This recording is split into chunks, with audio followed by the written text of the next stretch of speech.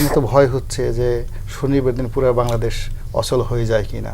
ঢাকা শহরে তো জামাতের ডাকে যদি 50 লাখ চলে আসে, এ মানুষের তো বিশাল একটা অবস্থা হয়ে যাবে আর কি অবস্থা। তো এটা জনাব তারেক রহমান সাহেব হয়তো এই ভয়েই এখন পর্যন্ত রাতে 11টা-12টা পর্যন্ত সে ক্যাবিনেট মিটিং চালাচ্ছে যে কী করে জামাতের এই আন্দোলন আমরা মোকাবেলা করব। বিএনপি একটা মধ্যবর্তী নির্বাচন দিতে বাধ্য হবে, তাড়াতাড়ি তারেক রহমান সাহেব ফেল করবে, আমিরে জামাত আমিরুল মুমিনিন হবেন, আমিরে জামাত আমিরে মুসলিমিন হবেন। হ্যাঁ, এটা তো তাদের একটা আকাঙ্ক্ষা থাকবে, এটা তো খারাপ কিছু না। গণভোট সহ অন্তর্বর্তী সরকারের জারি করা 16টি অধ্যাদেশ বাতিলের সুপারিশ, এর মধ্যে আছে গণভোট, গুম প্রতিরোধ অধ্যাদেশ। এই নিয়ে আজকে সংসদেও বিতর্ক হয়েছে এবং সব মিলিয়ে সংবিধান সংস্কার পরিষদ এবং গণভোট বিতর্ক আসলে কোন দিকে যাচ্ছে, কত দূর যাবে?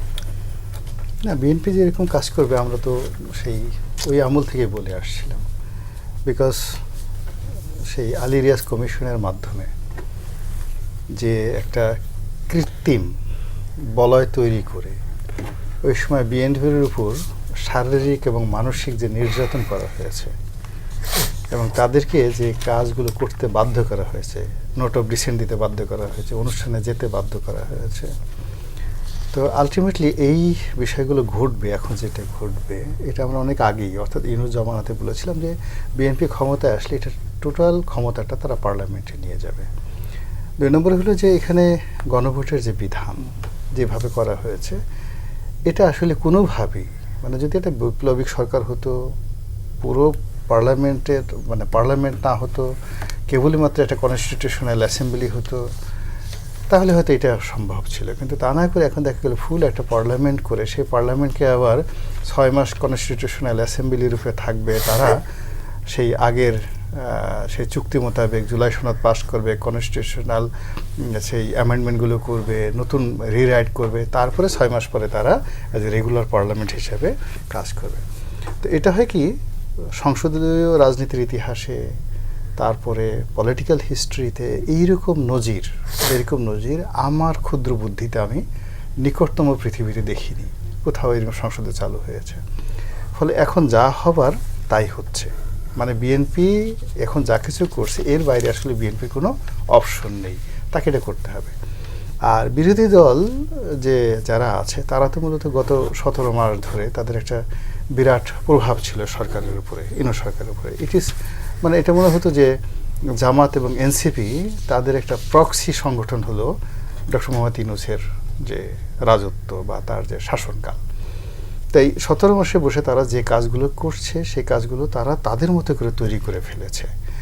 এখন ক্ষমতার স্টিয়ারিংটা জনাব তারেক রহমান সাহেবের হাতে, তিনি তো তার সুবিধা মতোই সবকিছু করবেন। এখন তো 11 দল আন্দোলনের হুঁশিয়ারি দিচ্ছে। আন্দোলন তো তারা করবে। আমার তো ভয় হচ্ছে যে শনিবার দিন পুরো বাংলাদেশ অচল হয়ে যায় কিনা।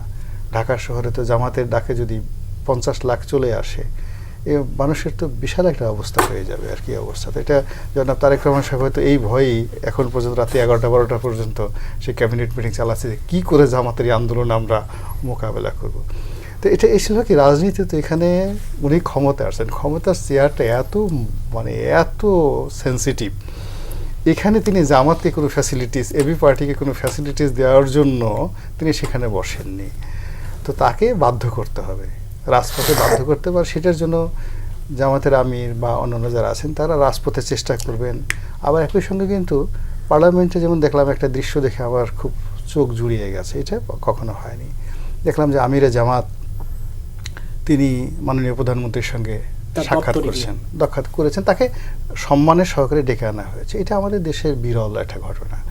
এবং দুজন বসে আছেন, তাদের যে আই কন্ট্যাক্ট, বডি কন্ট্যাক্ট, এটা দেখে মনে হয়েছে তাদের মধ্যে একটা মোটামুটি সৌহার্দ্যপূর্ণ ব্যক্তিগত সম্পর্ক এখনও আছে। আপনি তো এখানে রওশন এরশাদকে আর আগে সেই শেখ হাসিনাকে বসাই দিতেন, দেখতেন যে একজন দক্ষিণ দিকে তাকিয়েছে আর একজন উত্তর দিকে তাকিয়েছে, কিন্তু ওখানে দৃশ্যটা এরকম মনে হতো না। ফলে সবাই যার যার জায়গা থেকে এখনও পর্যন্ত যে কাজগুলো করছে পলিটিক্যালি, আমার কাছে মনে হচ্ছে না যে শালীনতার সীমা অতিক্রম করেছে, বা আমার কাছে মনে হচ্ছে না যে কেউ তার যে যাকে বলা হাওতা আছে বা আওতা আছে, যে সার্কেল আছে, সেই সার্কেলের বাইরে সীমা অতিক্রম কেউ এখন পর্যন্ত করে নাই। এটা রাজনীতির একটা নর্মাল গেম, এই গেমটা চলছে এবং এটা না থাকলে আসলে রাজনীতি থাকে না। আপনি যদি বিরোধী দলের কথা মতো যদি সরকার চলে সরকার থাকার দরকার নেই। আবার যদি সরকারের কথা মতো সবাই যদি বিরোধী দল সবসময় ইয়েস হুজুর করে, তাহলে তো সেই এরশাদের জামানাতে গৃহপালিত বিরোধী দল ছিল, সেটাই তো। জামাত তো আসলে গৃহপালিত বিরোধী দল হতে চায় না, তাদের মধ্যে অনেক বিপ্লবী আছে, তাদের মধ্যে অনেক সেই বিশ্ববিখ্যাত লোকজন আছে।